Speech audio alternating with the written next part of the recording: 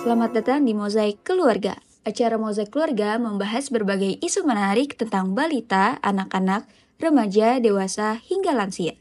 Acara ini diharapkan dapat menambah wawasan para sahabat Mozaik Keluarga tentang berbagai dinamika yang terjadi di usia-usia tersebut. Sejauh-jauh kaki melangkah, keluarga tempat terindah, senyaman-nyaman tempat di luar sana, keluarga masih teristimewa. Cinta itu bermula dari keluarga, menyebar ke masyarakat, ke seluruh dunia. Ciptakan cinta yang indah dalam keluarga, dampaknya besar bagi negara dan bangsa.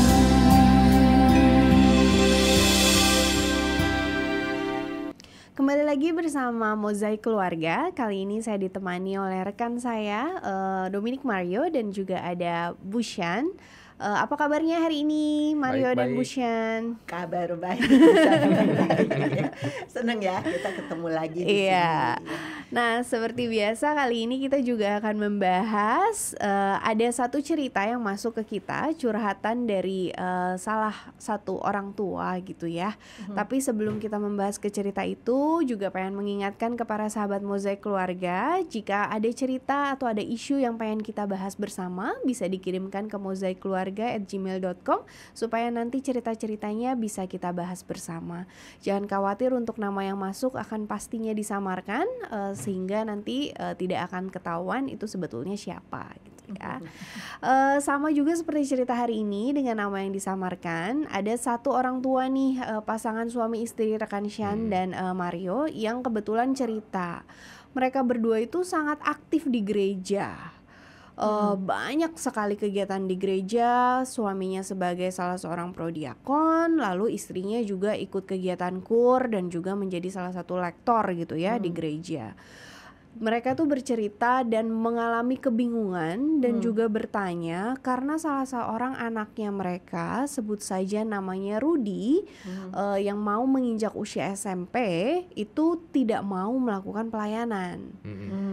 Jadi mereka udah sering banget nih ngajakin anak-anaknya untuk ayo kita pelayanan bareng, atau mengirimkan iklan-iklan, ini lagi dibuka pendaftaran untuk putra altar misalnya, atau ikutan doa bersama di lingkungan, atau ikutan kur, mau atau tidak, tapi anaknya tuh selalu menolak gitu. Jadi orang tuanya ini sangat bingung sebetulnya, kenapa sih dengan si Rudy ini, kenapa dia kok nggak mau melakukan pelayanan, dan juga gimana caranya supaya bisa mendorong gitu untuk Rudy lebih dekat lagi dengan kegiatan-kegiatan gereja gitu, karena mereka juga jadi takut gitu. Nah sebetulnya saya ingin tanya pada Rio dulu nih, pengalaman masa muda. Iya. Pengalaman masa muda. Iya, kebetulan juga kadang-kadang melihat orang tua yang di pelayanan itu mereka pernah lagi semangat-semangatnya Sabtu Minggu pelayanan buat gereja, atau mungkin habis kerja ada lagi acara di gereja. Kita kadang-kadang juga bingung nih sebagai anak, nih kok kita ditinggal nggak sih di rumah gitu. Terus orang tua ikut pelayanan dong atau aktif di gereja, nggak bosen, atau ya tapi ntar di rumah nggak bisa istirahat, atau kita nggak ada waktu bareng nih. Waktu masih kecil kan pengennya jalan-jalan ke mall sama orang tua gitu. Kayaknya nanti jadi habis waktunya. Kita jadi ngapain nih? Itu sih. Nah. Sempat kepikiran seperti itu. Nah, Iya. itu pernyataan jujur ya. Nah, saya ingin tahu sebetulnya apa yang mungkin ada yang disampaikan juga saat ribut dengan anaknya disuruh pelayanan nggak mau. Kira-kira keluhan anaknya itu apa, Rudy itu? Sebenarnya tadi rekan Rio juga udah sempat bilang ya, bahwa Rudy itu kata-kata pertamanya adalah kegiatan gereja tuh bosen dan nggak mau gitu. Dan apalagi dia juga punya beberapa kegiatan lain di sekolah, seperti ikutan basket, ada juga kegiatan berorganisasi di sekolah dia. Jadi dia ngerasa waktunya dia tuh udah sangat amat full mengingat kegiatan-kegiatan lain yang dia juga punya gitu. Jadi dia kayak, aduh enggak deh, aku maunya weekend itu di rumah aja untuk istirahat, terus bosen juga, ditambah kegiatan aku juga udah banyak. Ya, ini rasanya bukan cuma orang tua Rudy saja Iya. yang mengalaminya ya. Iya. Dan ini juga tidak hanya zaman sekarang ya. Iya. Dari zaman kapan itu juga selalu tidak selalu mudah mengajak anak pelayanan. Tapi mari saya akan sharingkan apa yang saya dengar dari anak-anak yang cerita ke saya ya, yang anak-anak kebetulan saya tangani gitu. Ada beberapa hal sih. Pertama adalah anak belum tahu gitu loh, belum tahu atau belum minat. Nah, ini biasanya juga belum tahu itu mungkin ya memang orang tuanya bisa jadi aktivis. Tapi kan menjadi lektor mungkin atau paduan suara itu mungkin tidak banyak anak-anak seumur mereka yang mengikuti gitu loh. Jadi walaupun orang tuanya aktif tapi anak ini masih nggak tahu apa aja sih kegiatan gereja yang bisa mereka ikuti dan betapa menyenangkannya gitu loh. Sebetulnya kalau kita tanya anak-anak yang aktivis di gereja itu banyak yang justru memang senang banget, happy banget gitu loh. Nah, ini kemungkinan belum tahu. Kedua, apakah anak ini belum merasakan betapa bahwa pelayanan itu sesuatu yang sebetulnya diberikan dengan sukarela gitu ya. Motivasinya belum ada ceritanya. Dan kalau ngelihat orang tuanya seperti itu, orang tuanya kalau ngelihat dari ceritanya kan sangat termotivasi ya untuk melakukan pelayanan. Belum ketularan ini gitu loh. Nah, ini ada baiknya orang tua mencoba menggali dan memotivasi. Alih-alih memotivasi, kalau saya dengar yang terbanyak yang masuk adalah orang tua cuman marah-marah gitu loh. Jadi anaknya, kamu kok nggak mau, dia malu dengan orang lain, dengan aktivis lain yang anaknya ikut ini, ikut itu. Lalu dia meminta anaknya, tapi meminta terus dengan lebih ke arah memaksa. Nyuruh ya. Nyuruh Iya. gitu, perintah harus gitu. Iya. Nah, itu juga sesuatu yang pasti nggak kena di anak. Terus ada lagi yang orang tua yang barangkali terlalu sibuk, terlalu aktif dengan pelayanan di gereja, sehingga mengabaikan anak-anaknya. Nah, ini sempat disinggung oleh Rio tadi, ada anak-anak yang ngerasa, terus kapan waktunya buat kita? Iya. Ya, dan itu juga di bawah sadarnya anak itu justru merasa tidak senang akan pelayanan itu. Dia nggak tahu seberapa bagusnya pelayanan itu, tapi yang dia tahu adalah betapa tidak mengenakan kalau orang tua ini terlalu sibuk. Bahkan ada loh yang dulu anak dia ngerasa ada urusan penting di sekolah di mana tiba-tiba kumpul untuk satu acara gitu. Terus orang tuanya bilang, nggak bisa, papa tuh harus ke gereja. Nggak bisa, papa harus ini gitu loh. Jadi tapi cuman sebatas nggak bisa, kamu pergi sendiri lah gitu loh. Nah, dalam hal ini sebetulnya ya, satu contoh yang ini, kalau orang tua terlalu aktif tapi anak diabaikan, itu juga salah gitu. Nah, tadi kan dia juga bilang ya, ada kekhawatiran gitu kan. Benar. Nah, terus ada juga kekhawatiran yang misalkan bahwa udah begitu capek nih ya, dari tugas sekolah dan sebagainya, masih ada kegiatan sekolah gitu kan. Terus kok masih harus pelayanan, Sabtu Minggu kan harinya istirahat gitu. Nah, saya mau tanya dulu, kalau sekarang menurut Rio gimana? Ya kalau dipaksa terus juga jadi tidak fun ya, nggak asik ya. Terus kayak orang tua bersifatnya juga kayak nyuruh, kita udah pengen seneng-seneng tapi disuruh untuk kayak gini. Terus kadang-kadang nggak masuk gitu, kayak ngapain sih kita mesti beginian nih gitu. Toh mama papanya sibuk di gereja, kita yang mungkin aktifnya juga nggak sama papa, sampai sama yang orang lain gitu. Jadi nggak bersatu, jadi nggak dapet tuh feel-nya tuh. Itu yang membosankan banget sih. Jadi beban malah. Iya, tapi tadi kayaknya Bu Shan juga udah sempat bilang ya, bahwa yang pertama adalah anak mungkin nggak tahu gitu, dan jadinya berpikir bahwa itu tidak fun kayak yang tadi rekan Rio bilang gitu ya. Nah, tapi gimana caranya untuk orang tua ini bisa memberitahu ke anaknya ya, Bu Shan, walaupun karena kayaknya anaknya tuh dikasih tahu tuh kayak udah ada tembok gitu. Iya. Ya, jadi kita bahas satu-satu ya. Iya. Kan tadi ada 3, ini kita bahas dulu bagaimana kalau anak itu karena menolak karena tidak tahu. Iya. Nah, sebaiknya orang tua tuh mencari tahu dulu, gitu loh. Kegiatan misalkan putra altar, itu kegiatannya itu apa aja, lalu tugasnya itu seberapa sering. Ya. Karena tadi kan karena ketidaktahuannya anak berpikir saben minggu nih, Ya. gitu loh. Ya, padahal kan tidak harus begitu. Jadi lektor-lektors juga tidak setiap minggu. Ya. Ya kan, jadi prodiakon juga ada gilirannya, gitu loh. Jadi itu yang perlu dipikirkan dan perlu disampaikan ke anak. Ini loh, misalkan ini ada, kamu bisa ikut kegiatan ini, misalkan ada yang sesuai umurnya. Kalau ini nih kayak gini, kamu kalau mau tahu cari tahu anak temennya, kan tadi mamanya bilang kalau malu sama temennya karena anak-anaknya pada aktif. Deketin, tanya anaknya itu, lalu kamu kalau mau tahu tanya ini sama si siapa, gitu loh. Ini kira-kira gimana? Kamu cari tahu dulu deh, mama dan papa tidak memaksa kamu kalau kamu nggak suka. Itu perlu diungkapin sehingga anak tidak merasa dipaksa, gitu loh.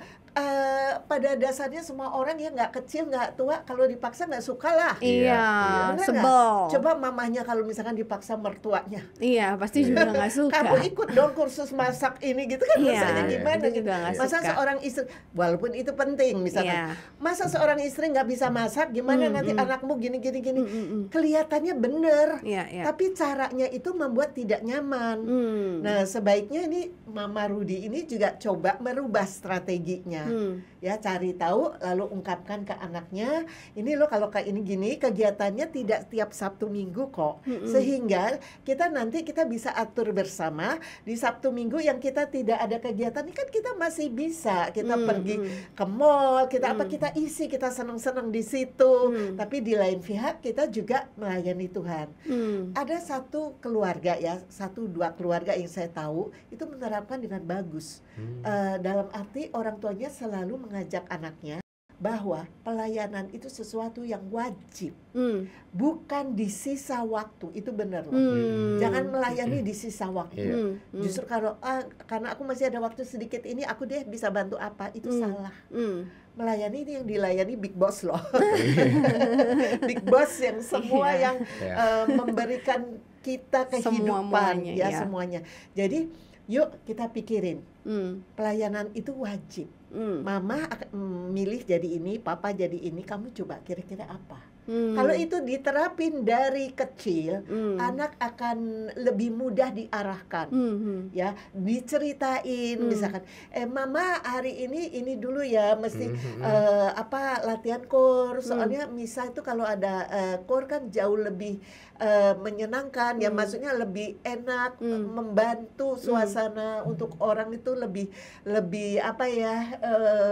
khusyuk ya. Ya, khusyuk, merasakan kebesaran Tuhan di situ, gitu. Dan tentunya mama harus latihan dong, nggak bisa tiba-tiba tampil gitu. Mama pergi dulu, itu diceritain ke anak, gitu loh. Nah, papa aja misalkan, ya papa ini ya hari ini papa harus tugas karena kan romo kita sedikit, gitu loh, nggak semuanya bisa dilakukan romo.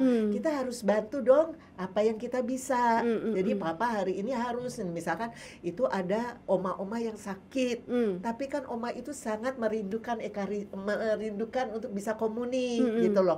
Jadi papa hari ini ingin nganter komuni hosti ke oma tersebut, misalkan.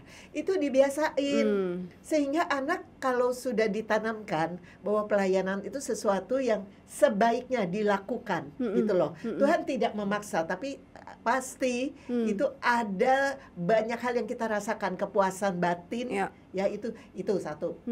Terus keduanya tadi dengan tadi kan memberitahu, mencari tahu gitu. Lalu boleh misalkan minta tolong teman, coba deh anakmu ajak anakku, gitu loh.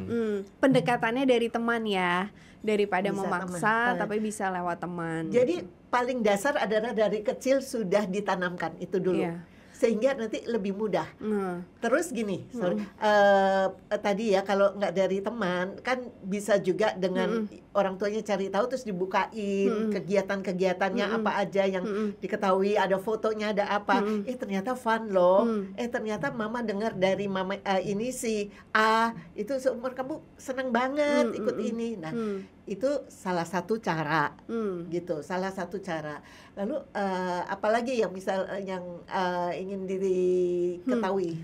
Tadi Bu Shan sempat bilang juga kan bahwa sebaiknya ditanamkan dari sejak kecil gitu. Sejak kecilnya tuh sejak umur berapa sih Bu Shan? Sebetulnya sejak anak itu lahir itu bisa dari balita diajak ke gereja gitu loh.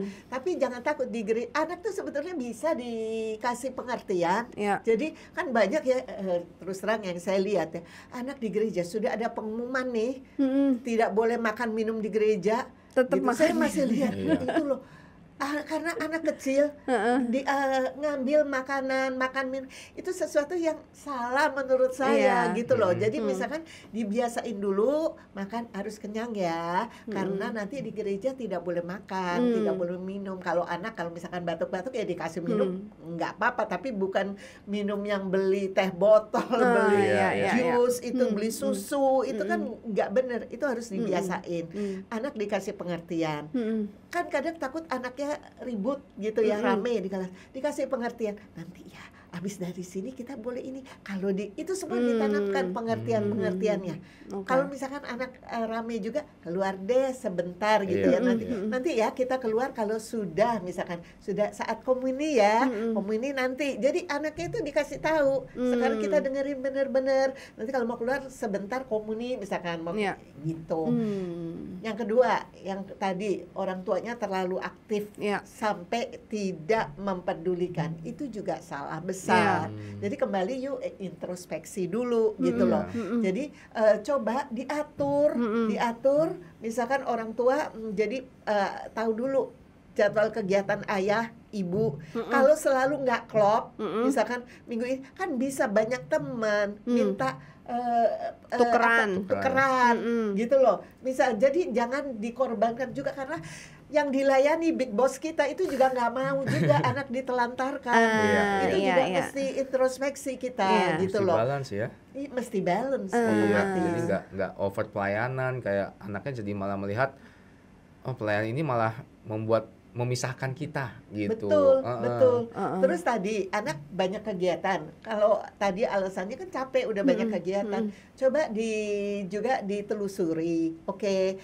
Misalkan anak ini aku kan udah main sepak bola kemarin gitu. Capek. Ya bisa gini. Nah, bisa diomong, main sepak bola seneng ya. Kamu kamu tetap mama nggak keberatan kamu ini. Nah tapi sekarang untuk balancing pelayananmu apa misalkan gitu loh.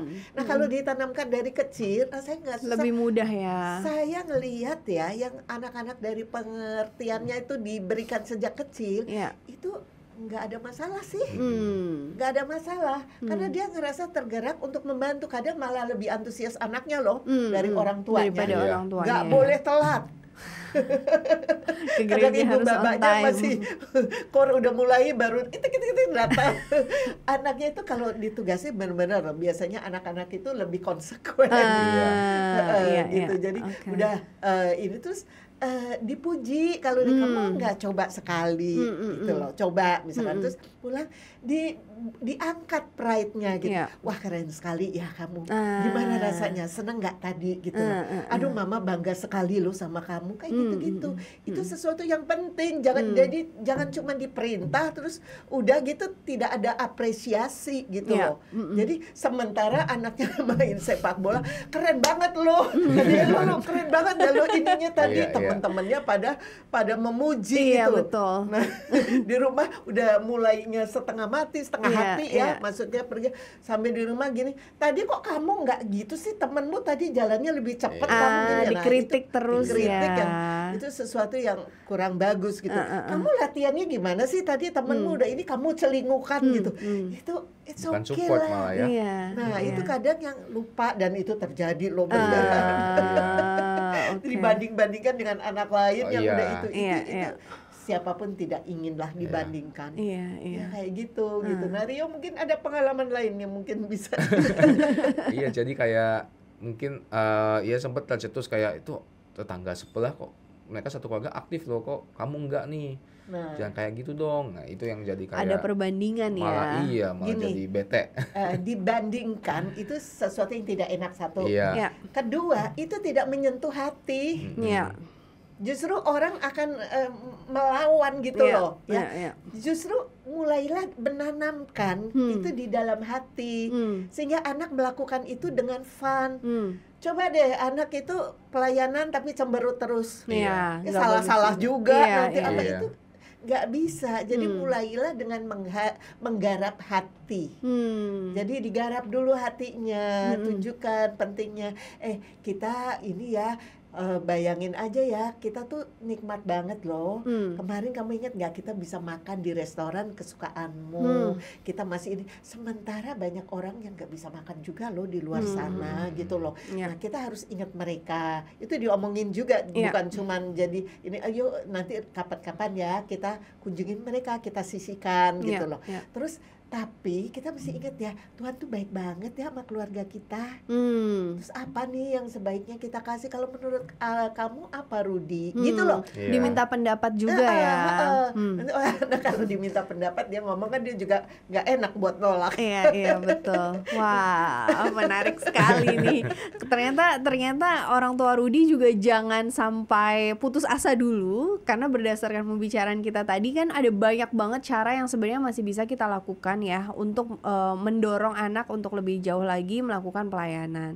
Tadi rekan Shan juga sudah mention bahwa yang pertama adalah harus memberitahu anak juga gitu bahwa pelayanan itu sifatnya apa, dan sedini mungkin sebaiknya juga sudah bisa dikasih tahu kepada anak-anak gitu ya. Dan sifatnya mungkin lebih dari cara diskusi ya, Bu Shan dan rekan Mario ya. Iya. Kebaikan Tuhan, apa yang bisa kita lakukan terhadap Tuhan, daripada kita hanya menyuruh dan sifatnya hanya satu arah gitu, karena Betul. kesannya kan nggak enak. Dan jangan lupa juga untuk menghindari yang namanya membanding-bandingkan, karena yang namanya dibandingkan dan juga pasti nggak enak gitu ya. Dan juga ini juga pengingat nih untuk kepada orang tua juga yang aktif di gereja, juga bisa menemukan balance-nya, sehingga mereka juga jangan full ke gereja terus, melayani Tuhan terus, tapi anaknya dan keluarganya juga ditinggalkan, karena kan pasti itu juga mempengaruhi sih cara pikir anak juga dan tidak baik untuk dilakukan ya. Betul sekali. Wah, seru banget pembicaraan kita pada hari ini. Jadi kalau untuk para sahabat Mozaik Keluarga yang memang masih punya topik juga untuk kita bahas, bisa dikirimkan ke mozaikkeluarga@gmail.com. Karena jangan lupa, membangun bangsa dimulai dari keluarga. Sejauh